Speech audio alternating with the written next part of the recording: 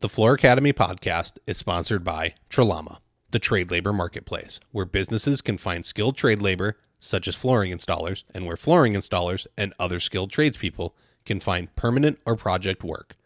You can set up your profile at trelama.com, TRALAMA.com, or download the app from the Apple App Store or Google Play. And remember, Trelama is always free for skilled tradespeople. Welcome to the Floor Academy podcast. I'm your host, Kyle Hedin, owner of Illustrious Hardwoods in Phoenix, Arizona. Our mission is to get you from playing contractor to running a successful and profitable business that supports your dreams. We're here to talk with flooring professionals from all over the country about the issues that matter to you.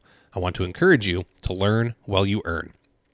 Don't forget to check out our website and merch at flooracademypod.com or to become a patron over at patreon.com/flooracademy. Even $5 a month goes a long way to help this content to continue to be published. There are also links in the show notes. This week's guest is Paul Luccia. Paul owns and operates Cabot, Rowe and Built with Foam in Houston, Texas. With his many years of experience, he has learned to be the expensive guy in an area that isn't always known for having work that goes for top dollar rates. Paul explains how to identify your ideal client, build a relationship with them, and sell your project without talking numbers. Listen in to start identifying how you can build a better business.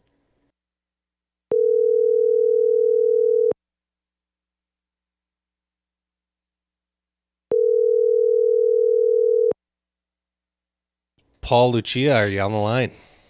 Yes, sir, I am. Awesome. Welcome to the Floor Academy podcast. Glad to be here. Awesome. Thank you. Thank you. All right.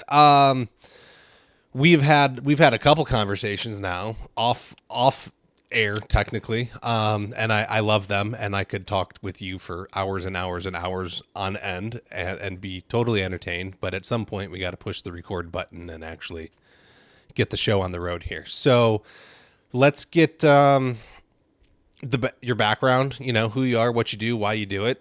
And, we will get into a topic from there.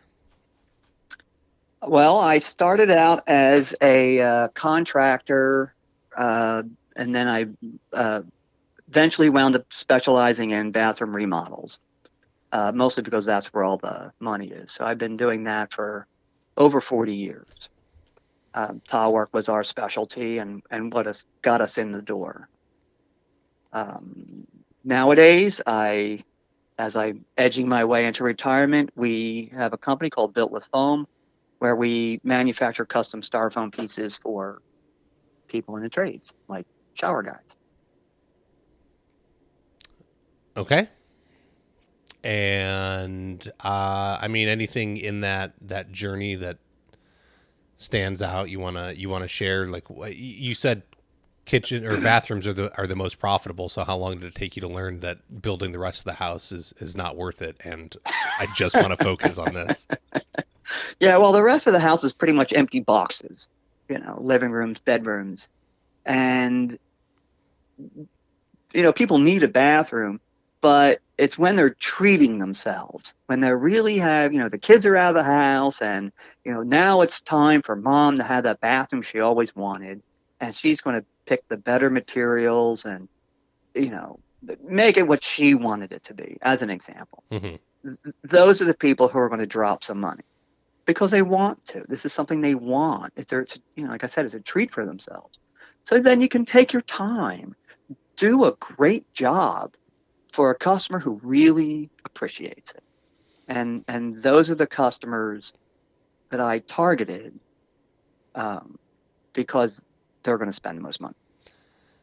Okay. Well, so that's the perfect transition right there, in that you said those are the customers I targeted. So what happens online and all of these fun industry groups we hang out in is somebody comes along and says, how much do I charge for this? And then a bunch of people tell you, if you don't know how much to charge, you shouldn't be doing it. A bunch of other people throw prices out that are all over the board, depending on if they're subcontracting, run their own business, what part of the country they're in. And then there's other people that say, you're not making enough money because you're targeting the wrong people. So you've just said, I went and I found the people that wanted to spend money. So let's talk about finding that ideal client. So how do we, we'll start at the beginning. Okay. So how do I identify my ideal client? For me, it was always working with the higher end tile shops and interior designers. Get to know them, visit them monthly, get them to know you. And so how do I do that? So I have a 1-year-old Jack Russell Terrier. She's just adorable. I throw her in the car. When I'm driving by, I stop in, my local Ann Sachs or Walker Zanger or the other high-end tile shops in Houston. And we walk in and they fawn all over the dog and we talk for a bit. And we're not necessarily talking about work. We're talking to each other as people because we like each other. Okay. Yeah, we work together in a business relationship, but I get to know their families and their husbands, and just it's a friendly working relationship. Mm-hmm. At the end of the year, I like to present these big gift baskets at Christmas time, not as a bribe to get more work, but because I truly enjoy working with these people, on a professional basis. And everybody's goal is obviously they want to sell, I want to sell, but it's how you get there is by producing a quality installation for customers that want it. So visiting those high-end tile shops and designers on a regular basis. And that's part of the key is you got to go once a month or so. Just say, hey, I'm still here. I'm alive. We're busy. Thought I'd stop by and say hi, how you're doing. How's your daughter in school? What new tiles do you have? Just keep that connection going. Don't fade from their memory. And the reason why you need to do this on a monthly basis is because somebody else is doing it on a monthly basis. And they're going to be the people that they recommend and talk about and have on mind because they're the ones actually showing up and putting themselves out there. And that's the same thing that Facebook and social media is. But this is old school social media. Going out and being social with people. Well, so I like where that's going, right? So we're dealing with the higher end place, right? We're not hanging out in the aisle of the tile aisle at the local box store. Okay. So we're going to get better higher end clients. If they're willing to spend money on better materials, they're most likely willing to spend more money on a contractor. But how is it that you even went about identifying that was the clientele that you wanted, right? So like, I know for me, my ideal clientele right now is generally in like a home that's like 400 to 850,000. I generally deal with the lady of the house more than I'll deal with a husband. And usually the husband ends up having worked for a company and he started out as a grunt and he's now he's worked his way up to a like senior level position. Maybe he's the vice president of something. Like the best example is a guy started off as the guy literally after high school, he'd go to Macy's and fold clothes. He now runs like the Southwestern district and is in charge of like 15 or 20 stores or something like that. And so when you walk in that home and you're looking at the project, but you're getting to know them and you're talking and you ask them what they do and kind of how they got to that position. And then you start explaining that, hey, look, I'm the guy and this is what I want to build. And like your dreams intersect. It builds a better vibe during that, right? Like there's more to identify with that client. So besides just having. Right. And now think about that. You're talking to them as people, getting to know them. As opposed to coming in, I'm the expert. Let me tell you how this is all going to happen. That to me is the wrong sale. If you go in and you hey, what's your life history? What do you like about living in the neighborhood? I see you have an art collection or whatever. What breed of dog is that? Or you just, your kid's artwork on the refrigerator looks just like my kid's artwork on the refrigerator. Like what that human connection is And it's not to be sly or slick as a sales tactic. It's I actually care and like my customers. Yes. Yeah. You can use the psychology for evil purposes if you want to, but you'll also be seen like they'll see right through you if that's Oh, the route you're yes. taking. Most Right. people will. So, but I mean, how Right. do you even get to that? Go ahead. Go with what you were going to say. Well, yeah, just right. Because I paid the price, I did just that. I tried working for builders. I, worked in my immediate neighborhood, which at the time wasn't that well heeled. And yeah, I'm like, why am I working so hard? And and you see it online. I can't charge that in my neighborhood. Mm-hmm.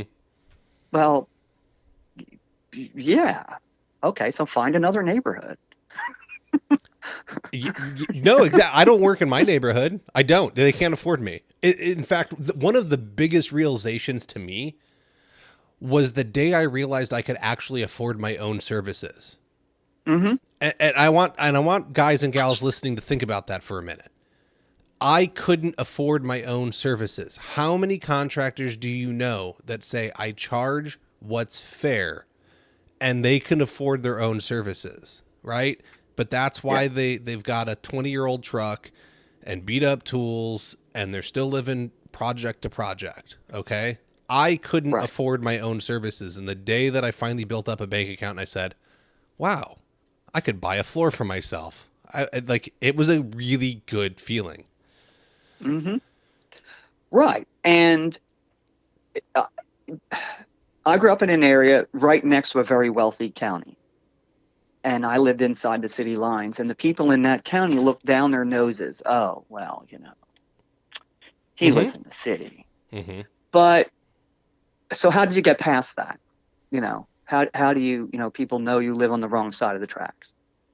That's when value starts to come in, because what the people who you want as a customer will appreciate not where you come from, but the work you can do. All of a sudden, where you live and your skin color and your ethnicity, none of that matters all of a sudden if you're the guy to come in and give them that excellent installation they're looking for. So where you live don't matter. Mm-hmm. It's how you get out there and present yourself to the customers in a way that they're going to hire you. Mm-hmm. Mm-hmm. And then there's a couple of tricks to doing that, which is really where we're headed with this discussion, I think. Well, okay, and I think okay. So first, we need to get out there, and we need to say these are the people that I want to work for, right? Like I Mm-hmm. want to work for people on the higher end of the spending spectrum, and so I have to get away from the box stores and the Home Depot, the Floor and Decor, the I need to move into more specialty, higher end stores. Maybe I go and Mm-hmm. talk with people that are, custom fabricating things. Maybe I talk to people that are firing off custom tiles and building them themselves, right? Like now I'm getting into Custom cars, high-end car dealerships, lots of places where those same people shop. mm-hmm. Go in, get to know those people, build a relationship, because you never know who's Mm-hmm. talking about what. And so now, and then even within that, right? Not just because somebody has money and wants to spend it. Look, a lot of rich people got rich because they're cheap. So Yep. it doesn't, that's not your client. You want people that are actually rich, not fake rich, and they have the money to actually spend. And you don't know how much money somebody has and if they want to spend it or not. But there are people who will pay well for a job well done. Mm-hmm. Those are the people you're looking for. So how do you find them? Okay, so yeah, And how do we identify the difference between someone that's going to pay me my value versus they want to use high end material so that their home keeps up with the Joneses, but they want bottom barrel pricing.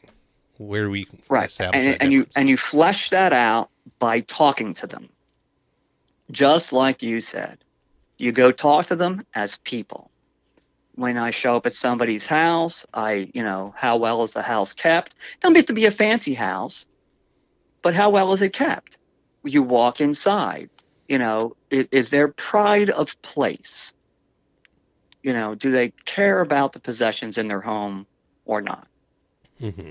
Because if they do, they're more willing to spend on their home because they care about it. And none of that has a dollar value attached to it. That's just a personal thing. And you don't have to be rich or poor. I mean, you can be rich or poor and still have pride of place. Yes. So what happens in the beginning is you're going to run through a lot. You're going to bring a lot of doorbells and turn down a lot of work and meet a lot of people.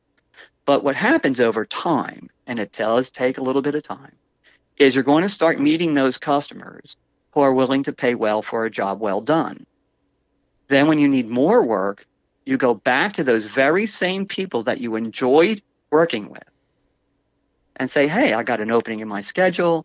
Do you know anybody else who needs work? And I have no problem, never have had a problem personally. It's not an insult to my professionalism for me to call up a customer and say, hey, you're one of the favorite people I've ever liked working for. Do you have any friends who need a job, who want some work done? And you'd be surprised. That's when the floodgates will open up. And I've got customers right today I know I could call and say that too. And, so-and-so's been thinking about it, or I mentioned you to so-and-so, or, I went to work and somebody talked about, and that's where it comes from. So you do have to spend some time slugging it out through the mud to get there. It's not an instant thing. Mm-hmm. But once you start collecting those customers, now you look back upon the people you've worked for and say, I really enjoyed working for Mary and Tom, and they were just great people. Because what happens is people will always refer you to people like themselves. If they pay well, if they treat you nicely, they bring you a cold soda, or they're just horrible to work for and they ignore you, or, it works both ways. Yeah. Don't ask for referrals from people you don't like. And so it's not about just asking, it's one thing to finish up the job and you're going over the closing details and you say, look, I love reviews, I love referrals, blah, blah, blah. This is actively reaching back out, keeping that relationship alive, because if you're not touching your clients, which I will admit that I am horrible at, and I really should buy a CRM and start doing something with it. I recommend, I will throw this one out there, Retail Lead Management. Jason Goldberg has a good product. He also sponsors the show, so that helps. But Tralama does. But when you can actually start keeping track of this stuff, right? It's a place to maintain that, it's Bill and Sue, and they have Kenny and Ashley, and the dog's name is Jupiter.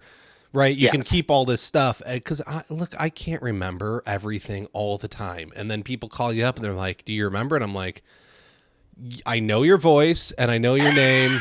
You have this house and I did this work. Like I can remember the work better than I can remember all the other details. But if I can pull up a file, right, then I can start looking through it. It gives you, and then you have a phone conversation. You put a couple new notes in it. You make a Christmas card, and then you can personalize the Christmas cards. How are, Kenny and Ashley, and how's Jupiter doing? And, I really hope that shower's working out. Like, whatever you need to do. But then the Christmas card's personalized, and they're like, how does he remember all these details? Like, he really cares. Well, no, I have a tool. Right. I care, but I have a tool that helps me. So right, and that's the important part. It has to be genuine. You really do have to care that Jupiter's doing okay. You can't fake it because people will know that you faked it. Mm-hmm. But yeah, I mean, that's where you're going to get your best referrals from and your best leads from is from the people who have already hired you. This is where this word of mouth comes into play. And this is how you start building it as a young professional. Encouraging people to recommend you. So how do you get that done is well, first, you're a master of your craft. You conduct yourself professionally on a job site and enough so that they're going to want to recommend you. And then when it's all done and they've paid you and they're happy they've paid you, that they're in a mood where they're going to want to do that. So you have to do all the background work, be a professional, know your craft, do a great job so that you can get to the point where they will recommend you. Mm-hmm. So that there's two parts to that. And then actively ask for recommendations. So one of the things I do in my neighborhood, somebody, next door or whatever, somebody wants a hole drilled in their countertop for a water filtration system. And what do you charge? And I charge one homemade baked item. Because Okay. what are you going to charge to drill one hole? Like I can't charge them enough. For me, my time and bringing all my tools and showing up and drilling a hole, really, I would have to charge around $200. Yeah. But they're never paying that. So what do? Well, I go, they bake me a pie or they give me a gift certificate or whatever, and I say, hey, I appreciate this. The cake's delicious looking. I'll enjoy eating it, share it with my family and friends. What you can really do for me is give me a good Google review or say something nice about me, or, I actually verbally encourage them to do that. Mm-hmm. And right then they'll say something like, hey, no problem. Give me your link to your Google review. Or I have people at work keep mentioning they're looking for good contractors all the time. Yeah. So encourage them to recommend you as well. Just don't sit back and wait for it to happen. You have to push them a little bit in that direction. Well, and you bring up a good point here in that, like, I've had some other, Roland Thompson I talk with him often, and he's like, so we were going back and forth the other day, and I was saying, look, I have a $500 minimum. Like, I'm not going to go out for less than that. That's what the numbers say I need to do.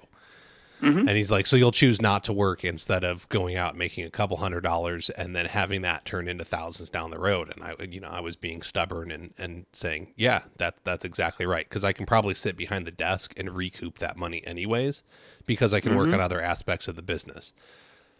So his reply back, which he's correct about, is that I can go do that project and then still sit behind the desk the rest of the day. And I have a couple $100.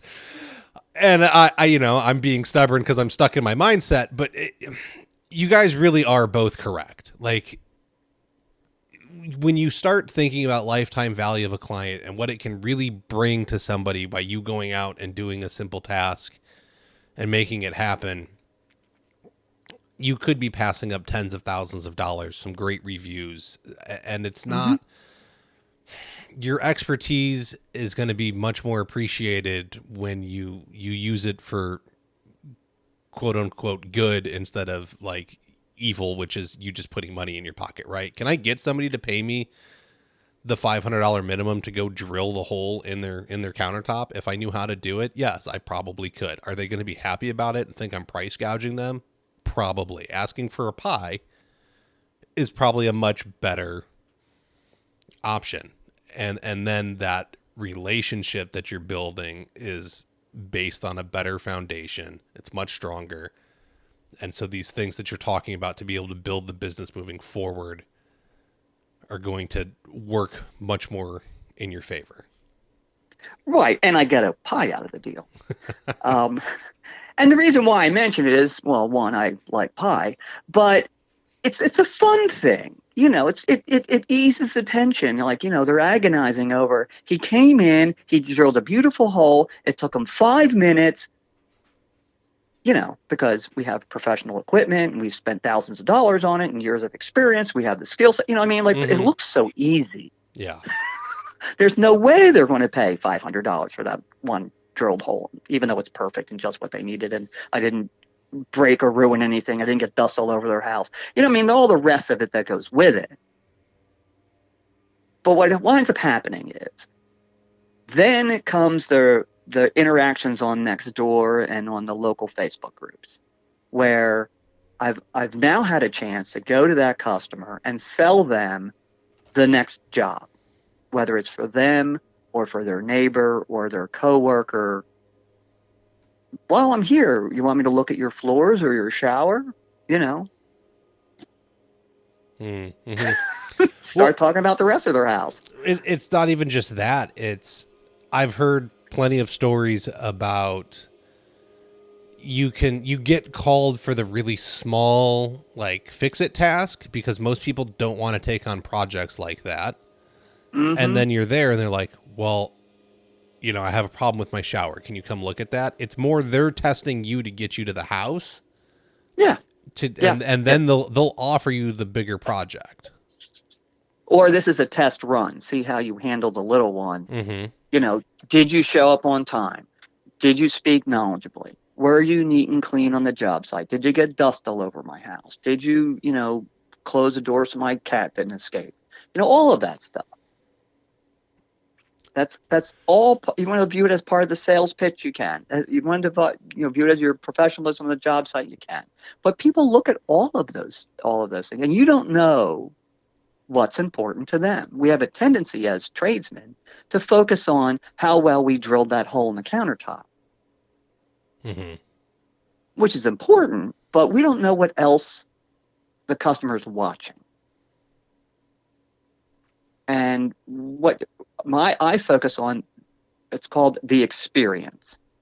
When I'm done and I'm taking my tools away, how happy is it that they are that I was there? Are they happy that they got the hole where they wanted it in the countertop and they paid a fair price and now they'll be more inclined to use me in the future?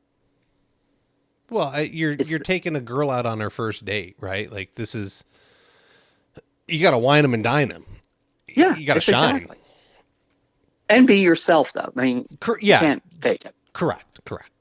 But you have to go in and, look, I used to pull the memory on my Facebook came up of when I bought my Ford Expedition, and it couldn't even go in reverse when I bought it.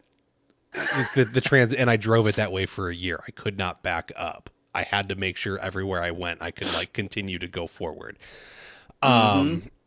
This thing was a beater, and I was going out and bidding projects in it, and I was getting them. But I think the passion that I spoke with, because that's what people would bring up the most. Like we went with you because you talked about our project with so much passion, and we could tell you were really into doing it, and like that outweighs the look of the truck, because the tools that came out of the truck were good and I looked fine. The truck was just beat up. And so, eventually I saved up money and I got a better truck, and now the appearance, the whole package is there. And so you have to work at it. You can't show up, Well, I'm going to take. I normally look like I'm homeless on any given day. Okay. But my reputation comes with me. So yes, you have to start up front when you're young, and you have to do it constantly. Being out there, being part of the community, letting people know that you are the expert in your field. If they've got a question. So this is what I was getting to after I drilled that hole for that lady. Then she goes online and somebody else asks a question on Nextdoor. Hey, I've got this problem. Well, what happens is then 5 or 6 people, including this lady I drilled the hole for, hey, you got to hire Paul. He's our neighborhood expert. We're so lucky to have him in our neighborhood. He'll come out and take a look for you. So they're doing my advertising for me. Yes. And I got a pie out of the deal. There you go. Well, and now how do you identify, okay, so we're sitting here talking about how to get our ideal clients, okay? And so you're going to go and you're going to drill this hole for free, but how do we know that this is somebody that I want to drill a hole for free for, or does that not really matter? Like, how do I because if we're going to pre-qualify people over the phone, which I know you do when you're first initially talking to them, but like, how do we pre-qualify that person that we're going to do something for free for, to make sure they fit within that ideal audience for us? You talk to them. You get to know Jupiter's name. You got to spend time with them. You got to find out. You got to look around their house. Do they have? You just want to gauge what kind of person they are, and you got to spend time with them.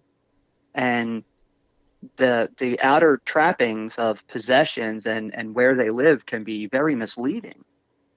Um, I've got stories about that. I had neighbors live in a multi-million-dollar home. They bought a condo as an investment, wanted to, do some light remodeling to raise the rent, and they needed a whole new shower because it was literally falling apart. And they were shocked that they would have to spend some money on it.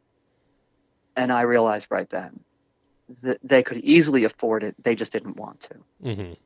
So I politely just excused myself as fast as I could get out of there, because nothing I was going to do was going to make them happy. Yeah. Because they needed a whole new shower and they didn't want to spend it. So I'm not going to waste my time on these people because they're never going to have anything good to say about me. And I can't make them happy. This whole condo thing is going to be a crap show from the get-go. It was before I got there, and I just don't want to be part of that. There's no way I can be the white knight in this situation. Okay. So no matter what, I mean, we're putting in time somewhere trying to get to know people and identify it. If it's a good fit, then it's Right. worth drilling a hole for a pie because of the other things you're going to get out of it. But Exactly. you got to And make that, sure you're identifying and up front. You're not just saying, yeah, I can come do it. right. And it's because I'm not looking at the dollars of it. The dollars are the benefit of doing a great job.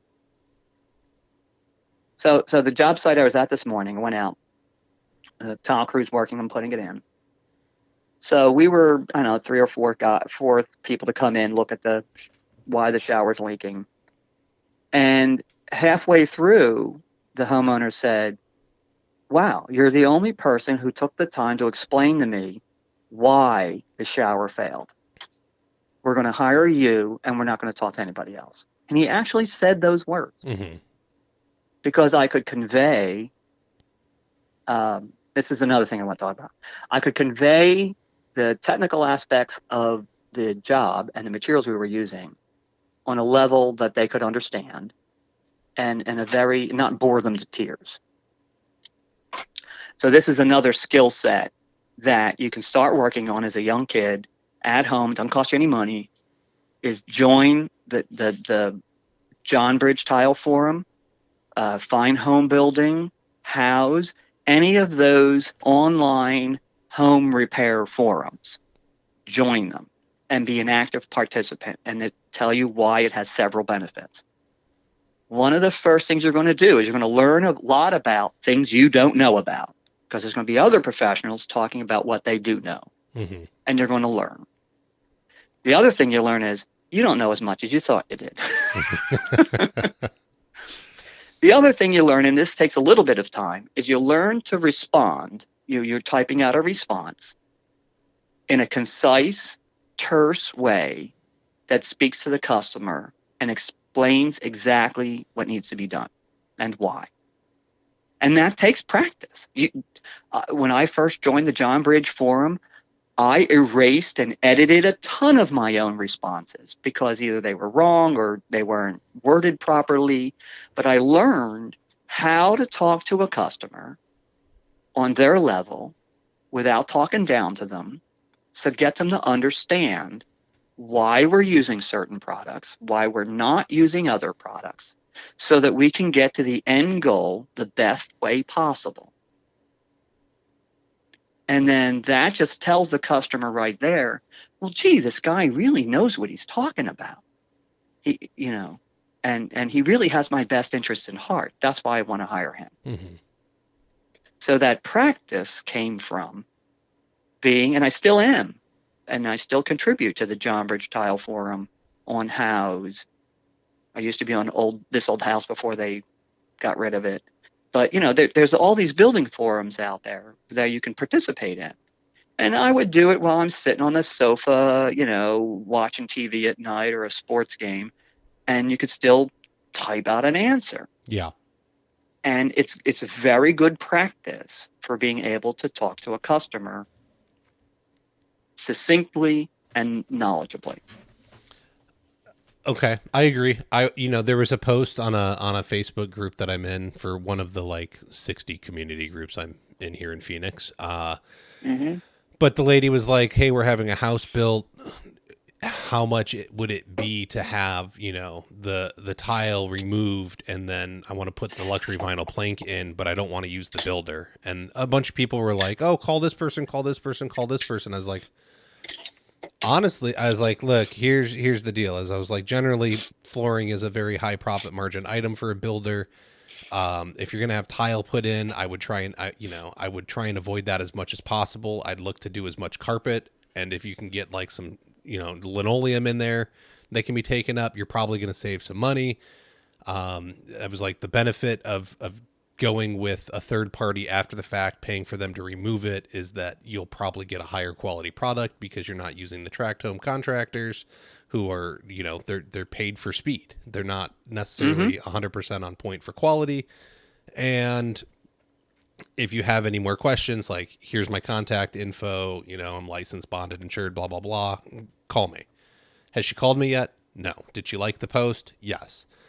Is it a truthful answer? It is. I was like, well, I think I added in there too that, hey, look, it could end up costing you the same amount because you're going to pay the builder to put in all this cheap flooring. You're going to take it out and then you're going to put in what you want, but you'll probably end up with that higher quality product because you're having a third party do it after the fact. And so you got to let them know and let them weigh the pros and cons. But at least every other company came along and was like, hey, look, we're here, call me.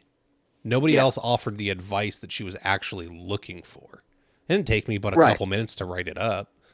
And that's the difference between giving precise professional advice and what the other guys were doing was asking for a sale. Mm-hmm. With that mindset, hey, I'm going to come out and you tell me in 2 seconds, because I'm only going to listen to you for 2 seconds, and then I'm going to give you a number. And that's not what this customer is looking for. What every customer, I believe, is looking for is, I want you to convince me, get me to know why I'm going to get value for my money. Mm-hmm. That this is a smart purchase. Why don't I? Because a lot of people just they don't know flooring. They don't know tile work. They don't know what we do for a living. We're the expert. Correct. But they want to know that they're going to get value for their money. Is this a smart purchase? I'm spending thousands of dollars. Am I doing it the right way? Well, your answer helped guide her to that decision. Now you get looked on as the neighborhood smart guy. Correct. And I don't care if I get her project or not. How many other people are going to see that post and say, hey, he took the time to answer, right? Like Exactly. I don't know. He's not a high pressure salesman. He's not a jerk. He was actually a friendly guy I might want to talk to. There's that. And there's also the fact that I've just come to terms with the fact that I run a really low closing percentage. One, it's because I'm expensive. And two, it's because I don't generally try and close. I just kind of leave a lot of things open-ended. Like, I have a really big hardwood project that this guy's been wishy-washy on for forever, and I could call him and probably try and close it. I don't really care. At this point, I kind of don't want it because it's 120 bags of self-level to pour by myself, and I don't really want to pour 120 bags of self-level by myself. So, if I get it, cool. Like, it's really profitable, but look, I'll be honest. I'm probably one of the only guys right now that has an open schedule. Like, I'm not working. I'm sitting on my couch right now, and it's the middle of July, and everyone else is booked solid. And it's because of some issues I had earlier in the year, some decisions I made, and they weren't the smartest business decisions, but it was what was needed at the time. And when you stop advertising, you're going to hit a lull because it takes time to get that engine rolling again. And right. Which is why we visit those stores every month with our dog or our daughter. They love children, come in with kids. And it's also a good way to get your kids to know, hey, this is what Dad does for a living. Yeah. This is where your food comes from. And so now I'm sitting here with a wide open schedule, but because I've charged enough, I can afford to do it. I'm not hurting. I'm not having to race out to the local, retailer and start subcontracting because I have bills to pay. Like there's a bank account to back me up, but it also gives me the luxury to sit there and say, I don't, just because somebody calls, I don't have to lower my rates. I've been Right. getting calls, just not at the like the rate I normally do, and I'm still weeding people out and pre-qualifying. And look, if they're not a good fit, they're not a good fit. But this is an excellent time to go back to the customers you did like working for and call them up and say, hey, I had a cancellation. I've got a gap in my schedule. Do you know anybody who wants anything done? Do you need anything done? Mm-hmm. And so, It's see, easy. now I've got a better way to use my time instead of just sitting on the couch Hmm. watching YouTube videos.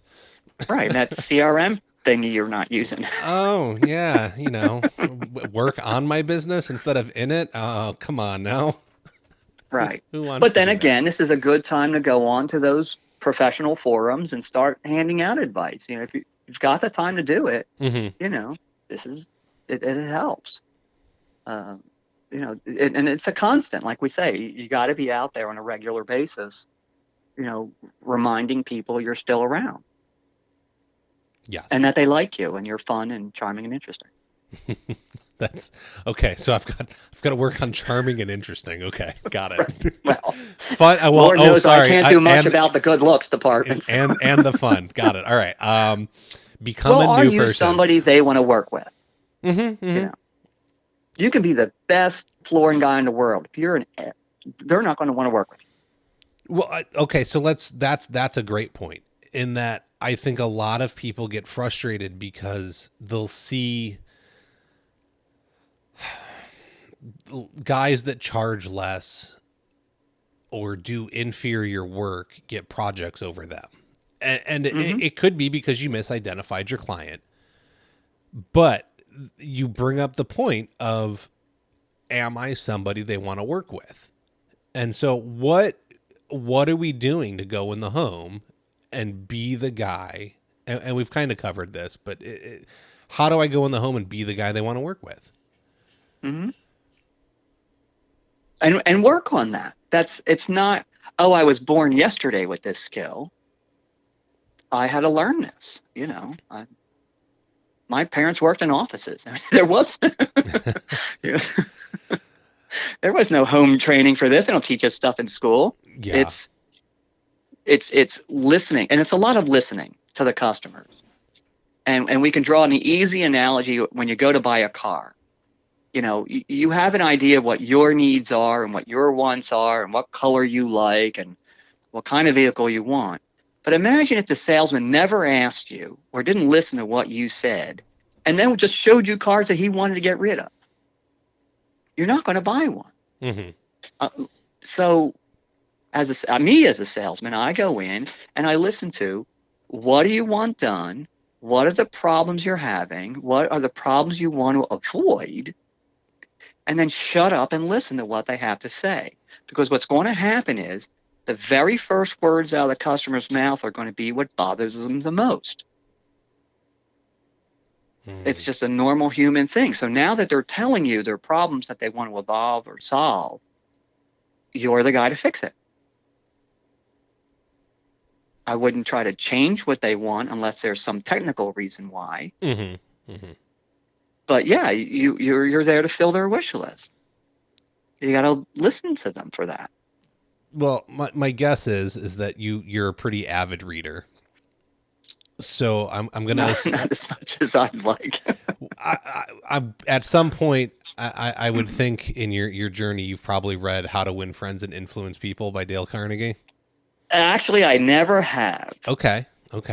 To be completely honest, I've always had a lot of trouble reading people and gauging social interactions. I always thought I was the geeky, nerdy one in high school that, didn't have many friends kind of thing. Mm-hmm. So I made a life study of reading people and watching them and then figuring out where I fit in, like being my true self, but, like I learned to read people and watch them and facial expressions and how they say and what they say. You've and studied the then asking, psychology. yeah, just so I don't stand out like a sore thumb. But I think that's the point. Like, How to Win Friends and Influence People is a great book. If you haven't read it, read it. It's a classic. Oh yeah, we're gonna get down on the harmonica, huh? It's one of my phones is ringing. So it's but that's essentially what it is when you shut up and you listen to people, they'll tell you everything you want to know, but you have to ask the question and then be quiet. Everybody loves talking about themselves. Everybody does. And we love talking about our jobs. And so you start asking those questions and you're going to get the information that you want to know. And then, but it's not, you can't then hear something that they're interested in with you and then start talking about you, and all the stuff you like to do with it. It's, hey, I really like that too. Tell me more, right? And you can drag it out of them, and you're going to get, like you said, they'll tell you the pain points. And when you're the one that can solve the pain points, it's going to be a perfect match, and the price is rarely the deciding factor. So you're probably winning there as well. I mean, I did a bid. I spent an hour and a half in this lady's house. She said everybody else came in and they were there 15 or 20 minutes. They literally measured it and said, I'll send you a quote. Goodbye. I spent an hour and a half with her going over her project and making sure that like all the needs were met, explaining, she had already put in a laminate floor, but installed it herself, and it needs to come up. Like she can't, she can keep it and it can continue to be ugly, or it can come up and it can be done right, and she can have a house that she's proud of. And so, we went over like, this is what's happening and why, and, who lives here and why is it in the condition it's in. And you start and you got to know each other. Yes. And you got to know it. And she got to know you, and that you actually care about her project. And because you're the expert, you can then bring with you all of your experience about technique and installation methods and materials that are out there on the market today to solve her problems. And that's what being there that amount of time allows you to do, besides I'm going to just give you a number, because that's really all the other guys are giving them is a number. Well, there's nothing to compare to. There's no value to a number. And I don't know if I'm going to like working with the guy. Well, I'm certainly not going to be more inclined to bring him an iced tea on a hot day. Correct. The other company came in, and one of the other companies came in and they said, this is installed wrong. It has to come up.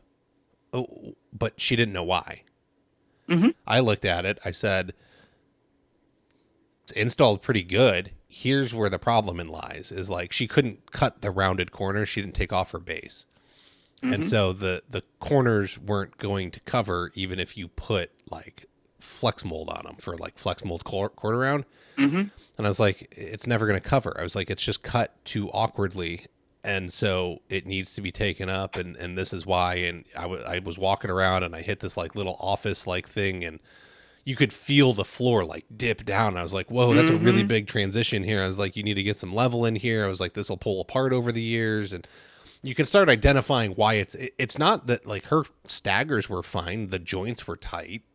The technical install was fine. It was the finer points of the install that this is why you shouldn't DIY a project were wrong. And it was, I can fix it, but I can't, I can't pull this floor up and reuse what's here. If I'm going to affect the integrity of it by taking it apart, and it's never going to be right again. And I was like, I won't take that liability. So if you want me to do it, we're buying all new flooring.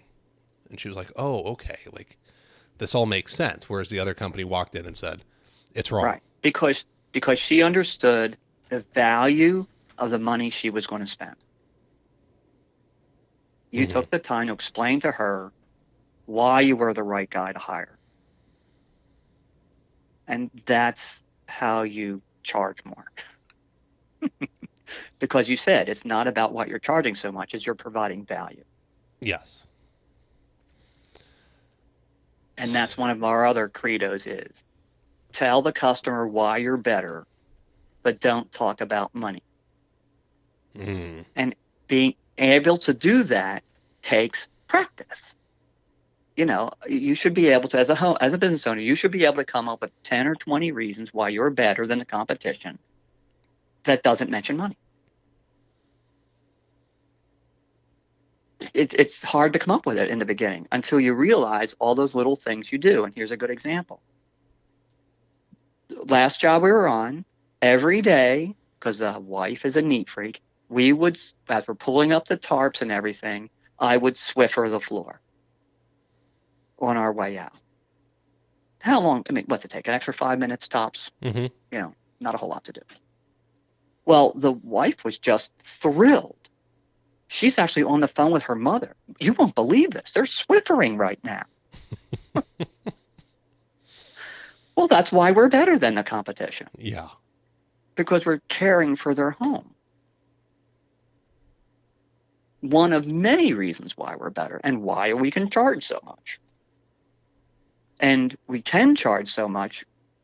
Well, sorry, that's backwards. We can do those things. I can buy Swiffer pads and a Swiffer and bring it with me and keep it protected on the truck so it doesn't get all damaged with the rest of my tools. Is because we charge more. Correct. But it also gives you the time to stay the extra 5 minutes and do it. You're not trying to rush out of there like, oh, I'm going over my time. Exactly right. It's a self-fulfilling thing. It's circular. It gets you to, and then you enjoy spending the time on the job site. You're not always rushed. You can take your time to do a great job. And that's really what the customers want. It's a great job. Mm-hmm. So that's my favorite thing to do is to mentor younger guys and because I used to be there. I didn't know anybody I could reach out to, and internet didn't exist way back then. But luckily I was able to find a few mentors who would help me out and give me tips every once in a while, and just paint it backwards to the next generation. Yes. No, I think that's really important. And I think it needs to be made clear. You didn't build the brand you have overnight. This isn't like we're going to start making these changes in our business and operating a little bit differently and spending more time with clients while we bid and doing better pre-qualification over the phone. And this is going to take you months and years to perfect. Mm-hmm. Yeah. Yeah. And I did a lot of things wrong. I there were mistakes along the way. Mm-hmm. So that's the nice thing about, these kind of forums is you can learn what to do and what not to do. But it takes a while and it's an investment. And then once you get used to doing it, it becomes the culture of your business that all the employees do it. It's how you answer the phone. It starts to reflect in your entire company culture. And even in the family, I talk to your child. Hey, Dad's on the phone. He's got to talk to this customer. I'll be right with you. Mm-hmm. Everybody hears it. Everybody gets it. And sometimes the customers will say, hey, your daughter needs you. Call me back. Yes. I've had that. I've had, yes. When you're going about it and you're, people, here's the thing. People understand life. Mm-hmm. And that's why your floor is not an emergency. Your shower is generally not an emergency these days. I have a house that a shower would be an emergency because it's the only shower in the house. We have 1.5 baths. Right. So if we were going to get that done, I would either do it over a vacation or I'm going to need somebody to work a weekend, but I would expect to pay a premium for that because I'm taking you away from your family. You shouldn't have to work weekends. You shouldn't have to work late nights. You shouldn't have to deal with phone calls when you don't want to. Like, you get to set the boundaries. Mm-hmm. And this is all part of identifying your ideal client. Like, you start this from the minute you start talking to people. If you're answering your phone at 9 p.m. when they call, you are potentially setting yourself up for disaster because now you're available whenever, right? Right. And if you're on the phone, my customers are calling me at 9 p.m., I'm grabbing the keys and running to their house because there is a disaster. I mean, maybe not. They just, but I mean, like when somebody calls you for the first time, that's what I'm saying is like, Oh yeah, when they're making it, because I can wake up in the middle of the night and look at my phone and there's a message from like 2:30 in the morning of somebody saying, "How much do you charge to install this?" One, mm-hmm. that's don't think because somebody's asking price that they're not a good fit for you, because most people don't know any other question than to ask what pricing is. But two, Correct. why are you looking for flooring contractors at 2:30 in the morning? That's how I know you're probably not a good fit. Like, that's just not normal. Well, you don't know what they do for a living or what time zone they're in. I've got customers who live all over the planet, so Okay, fair enough for emails come you. in at Like, all. The current customer works in Kurdistan. okay, for I me, got I a don't have customer that who lives problem. in Italy. Yeah, well, but in everybody's time. So I have customers who's a bartender. Mm-hmm. He calls me at 4 a.m. Well, he knows I don't sleep in the same room as my phone. He can call me all he wants, but I'm never going to answer till 7 or 8 the next morning. Mm-hmm. And then I'm going to text him back. I've got a customer who is a district court judge. I can only communicate with her by text because I never know when she's in court or in deposition or something else. So it's all done by text. Mm-hmm. And they're not always continuous because she might not respond for hours or days. But that's the relationship we have set up because of the job she has. So, but once we get past that, I would still answer the text the next day during business hours or the call just to flesh the customer out. But it's back to the same thing. Talk to them a bit. Find out why make a joke about why did they call me at 2 a.m. Mm-hmm. Mm-hmm. Or, what were you doing thinking about your floor at 2 a.m.? Was it that critical? Like, Is it that bad? do I need to do something now? Use a little bit of humor to find out why. Mm-hmm. You never know. It could be a landlord who, as a landlord, I've gotten calls that say, "Hey, you need to come into your property now," and you find out something's happened. So you never know. Yeah.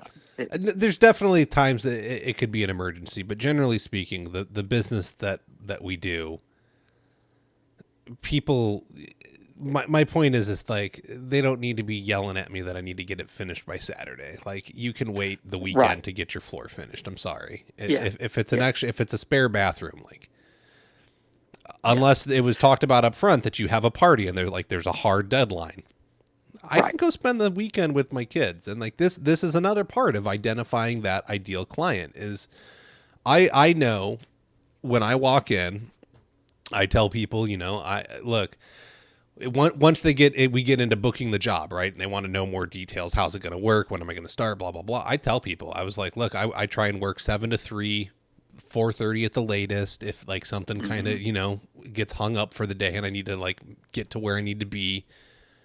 And they're like, "Oh, that's kind of early." And I'm like, "Well, look, I have some young kids. I like to get home and actually be able to hang out with them." I was like, if I worked 9 to 5, by the time I got home, I mean, they're getting close to bedtime, and we've got to eat dinner in there. And I was like, I like to be able to have time to come home and hang out with them. The other thing is I like to come home, and if I have a bid, I can come home, hang out with the kids, and then run back out to a bid if I need to. So. Mm-hmm.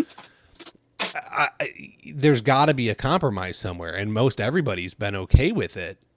I think about twice a year, someone's like, "Can you start at like 8?" I'm like, "Okay, it's a reasonable request, right? It's their home. I can accommodate you because you're gonna pay me lots of money, and I like that." So Mm-hmm. a couple times a year, you accommodate somebody, and you're good. But I'm the one coming in and setting the expectations, and I think that's with identifying your ideal client. You need to identify that you're the professional and they called you, they need your help, and they don't run the show.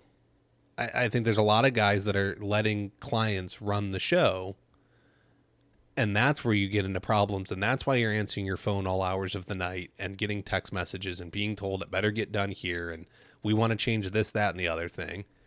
You don't make And that those goes decisions. back to, I work for some extremely wealthy people. And they're used to getting their way. But I draw a line at treating each other like people. You know, Hmm. if they're going to step on you spending time with your kids, then I don't care how much you're paying me, I'm not working for them. Yes. So that's where fleshing out the customers makes, that's where that comes into play. You know, you want to work for people because you like them, you want to work in their home. This is a cool project, and you like the people. And if they're not respective of your time, then I don't want to work for them. Hmm. It's not like and I say that because it's a two-way street. I'm running the show, but it's their home. You know, so it's a mutual respect thing. You know, hey, I can't work Wednesday because my kid's in band or whatever. And Hmm. Hmm. I want to be there, or there's a big ball game or my kid's traveling for Little League or whatever. I'm just not coming. And if they don't respect that, then those are the kind of people you don't want to work for. So yeah, Yeah. it's a two-way street. But if somebody says, hey, the kids I'm only available on Tuesdays and Thursdays because, I've got 3 kids I'm wrangling all under the age of 6. Well, then, yeah, I'm going to make it on Tuesdays and Thursdays because now I'll have your full attention. Yes. It's but it's more, it goes back, it's still identifying, talking, working it out. I think a lot of problems come from, people aren't identifying ideal clients, they're not communicating well, and then that's where Right. these issues come from of he said, she said, change orders didn't Mm-hmm. happen, now I'm not going to pay the bill. And like when you get in these big hooplas with people, which can happen, it's generally because there was poor communication and you may not have done a well enough job up front of identifying any problem areas. So, And that just takes time spending with the customer, like you talked about, talking to the lady about her floor for an hour and a half. mhm. And that's where that comes from. Now, I don't want the listeners to think that you and I are spending 24 hours a day in service of our customers. There's a balance that if I'm going to go out and give an estimate Saturday at 10 a.m., like I'm just scheduled, then I can take time off to take the kids out for ice cream during the week. Mhm. It has to balance out so that you're not driving yourself into the ground. Yes. You've got to set boundaries, set time limits. But this is where knowing your numbers comes in. And if you know your numbers Yes. and what you can produce a day and what you need to charge a day, and you've identified people that you actually want to work with and that they respect you, you respect them, it becomes much easier to make all of this happen, and you're no longer a slave to your business, which is the goal. Like I don't want to Mm-hmm. be a slave to my business. I want to run my business and enjoy it. And so these are all little things that'll help and get you where you want to be. And it's not going to happen overnight. I have completely screwed up my business this year, and now I've identified some problems and learned some lessons, and I'm in the middle of fixing it, and that's fine. It is what it Mm-hmm. is. I mean, I guess people will say that there's a 3-year hump, and I didn't know that was a thing until I started looking into it, and I'm in year 3, so I've gotten over the joys of I love my new business, I want to grow it, into I have systems in place to run it, and now I'm really trying to get it to like take off. So Right. And the earlier you start this, the better, because you refine it as you go along. mhm. What works for you, what doesn't work for you. And as times and conditions change, recessions or whatever, you can mold it better and, refine it to where you need to be. Um, and generally, all of this stuff that we talked about today is free. It doesn't cost any money.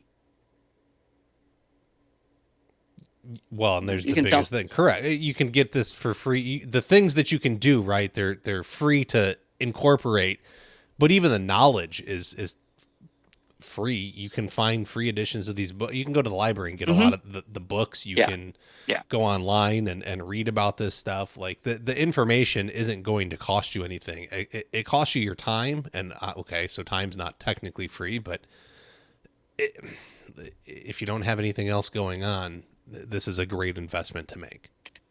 Well, I look at it as not necessarily putting more effort into my business. It's putting better effort into my business. Okay. Now I've got there's a light at the end of the tunnel I'm heading towards. Mm-hmm. And now I've got a clear path on how to get there. I'm not wasting my time Well, doing other things that aren't making it a better business. Okay. Well, I think to me a true business becomes an investment. Okay, you own a machine, so you can put X amount of dollars in, it spits X amount of dollars out. It's not right now where I'm at. I still own a job, and that's not what I want, because that does take time and effort and money and stuff. And so when you invest your time in these kinds of processes, it gets you closer to owning that well-oiled machine that is an investment, as opposed to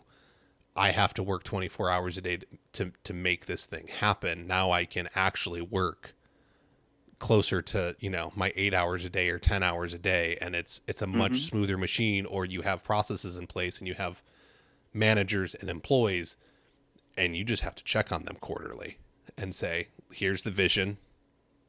Here's what we're going to do. All right, go and act it and go. Yeah. And that's a better way of saying what I meant to say, was that it's free it's really a philosophy. It's a mindset on how I want my overall business to operate. These are our core values, or whatever the lingo is for it. It's just how we're going to approach going to work every day. Okay. Is there, I mean, I could ask you a million questions and get amazing answers. I know that. Is there anything on this topic that I haven't asked you that I should have asked you? Well, we've covered all the notes I wrote for myself, so I don't forget. Okay. Okay.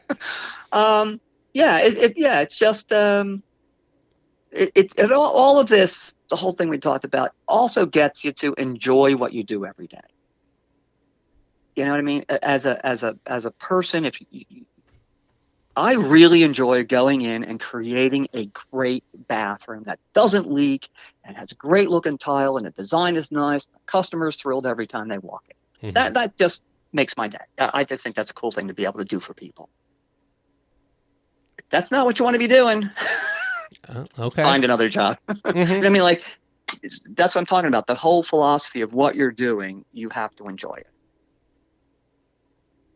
Okay. No, I like it. It's the passion needs to be there. You need to, if you're not enjoying it, like, look, there's plenty of people that come in and just punch a clock and they'll throw down some flooring or throw in a shower or whatever. Like, if you're going to run the business, you're going to really need to enjoy what you're doing. So you need to find ways to make that happen. I totally agree. All right, Paul, I very much appreciate your time. I appreciate your insights and your knowledge. If people want to reach out to you, they want to see what you have going on, where can they find you?